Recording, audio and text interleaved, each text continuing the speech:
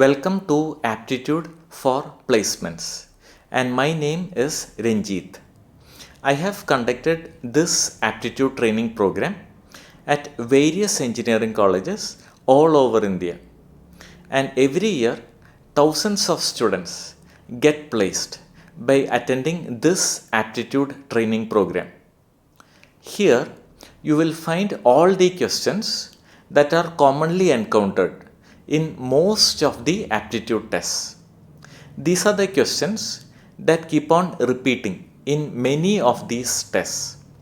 So just familiarize yourself with all these questions and you will have a clear advantage when you attempt your actual placement test.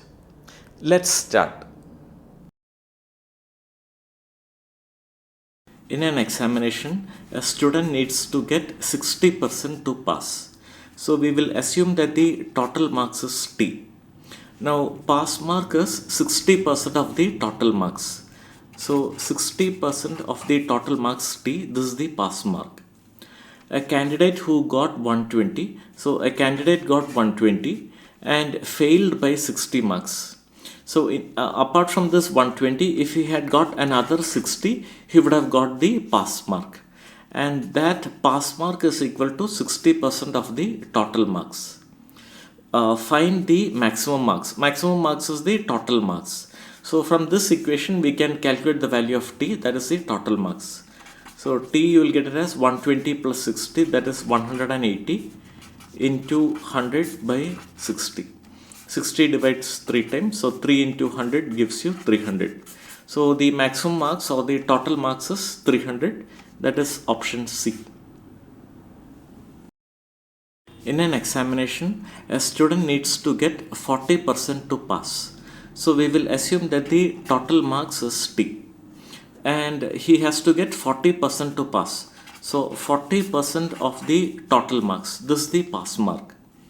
A candidate who got 50 marks failed by 10 marks. A candidate actually got 50 and if he had got an extra 10 more marks, then he would have got the pass mark. And this is equal to the pass mark. Find the maximum marks, that is the total marks. So from this equation, we can calculate the maximum or total marks. So T you will get as 50 plus 10 gives you 60 into 100 by 40. Here 20 divides 2 times, 20 divides 3 times, 2 divides 50 times. So 3 into 50 gives you 150. So total marks is 150, that is option B. One side of a rectangle is increased by 20% and the other side is increased by 10%. By what percent will the area change? Now area of a rectangle is given as length of one side of the rectangle into length of the other side of the rectangle. I'll take it as S1 and S2. Now for convenience sake, we will assume that one side of the rectangle is 10 and the other side is also 10. The both sides may be equal or they may be different. But if you assume these values, then calculation will be very easy. So the full area will be 10 into 10, it will be 100. So these are the original values and now we'll make the changes and see how the area changes. Now one side of the rectangle is increased by 20%. Originally it was 10, you have to increase this by 20%. So 10 into 100 plus 20 by 100. And the other side has been increased by 10%. So 10 into 100 plus 10 by 100. So one side into the other side, this will give you the area. So we'll just calculate the area. So that will be 10 into 100 plus 20, 120 by 100. This is one side and the other side is 10 into 100 plus 10, 110 by 100. I'll cancel out the zeros. So what we have is, this is 12 here and this is remaining 11. So 12 into 11, that is 132. Originally the area was 100 and after making these two changes, the final area is obtained as 132. So from 100 to 132, the area has increased by 32%. So by what percentage will the area change? It will increase by 32%. Hence option D, 32.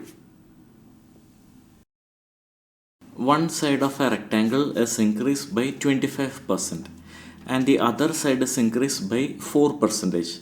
By what percentage will the area change? Now the area of a rectangle is given as one side of the rectangle, length of one side of the rectangle into length of the other side of the rectangle. Now for our convenience, we will assume that one side is 10 and we will assume that the other side is also equal to 10. They may be equal or they may be unequal, and when you multiply them you will get the area to be 10 into 10, 100. So these are the original values. Now we will make the changes and see how much the area will change. So the original area is 100 and now we will make the changes. Now one side of the rectangle is increased by 25%. So this side will now be 10 into 100 plus 25 by 100. And the other side has been increased by 4%. So 10 into 100 plus 4 by 100. So this will be the new area. We'll just calculate this value. 10 into 100 plus 25, 125 by 100 into 10 into 100 plus 4, 104 by 100. 104 is 26 into 4 and 100 is 25 into 4. So I'll cancel the 4's here. Then 1 0 here, 1 0 and 1 0 here.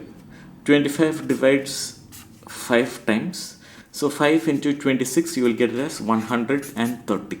So the final area is obtained as 130.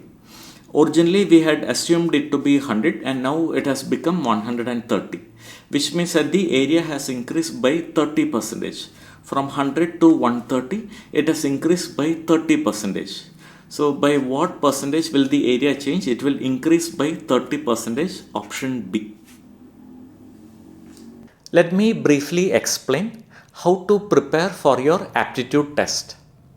First of all, you need to familiarize yourself with all the questions that have been worked out here. These are the questions that keep on repeating in many of the aptitude tests. After that, you need to attempt practice tests. According to me, you need to attempt at least 10 practice tests before your actual placement test. Here, I will be giving you 10 practice tests, and these practice tests will be ideal for you to improve your test scores. The 10 practice tests are available at a cost of only rupees 200.